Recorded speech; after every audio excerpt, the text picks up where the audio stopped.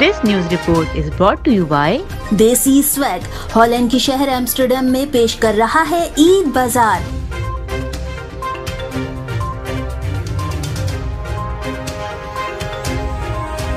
अस्सलामुअलैकुम, मैं हूँ अमरीन अली और आप देख रहे हैं वॉइस ऑफ उर्दू। नाजरीन, मर्दान पुलिस ने ड्रग माफिया और मंशियात के बड़े मगरमच्छों के खिलाफ घेरा तंग कर दिया।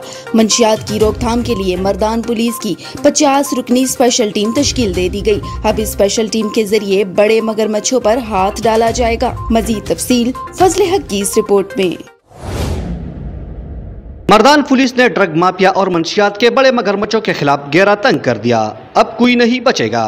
मंशियात की रोकथाम के लिए मर्दान पुलिस का 50 रुकनी स्पेशल टीम तश्कील दी गई। स्पेशल टीम में एलीट फोर्स और ख्वातीन पुलिस भी शामिल है।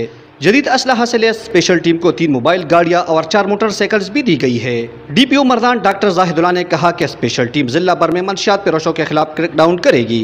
ये हमारी नारकोटिक्स एरेडिकेशन टीम है। हमने यहाँ पर नारकोटिक्स एरेडिकेशन टीम हमने तश्कील दी है। ये टीम 50 हमारे ऑफिसर्स और जवानों पर मुश्तमिल है, जिसमें लेडीज़ पुलिस भी हमारे साथ शामिल है।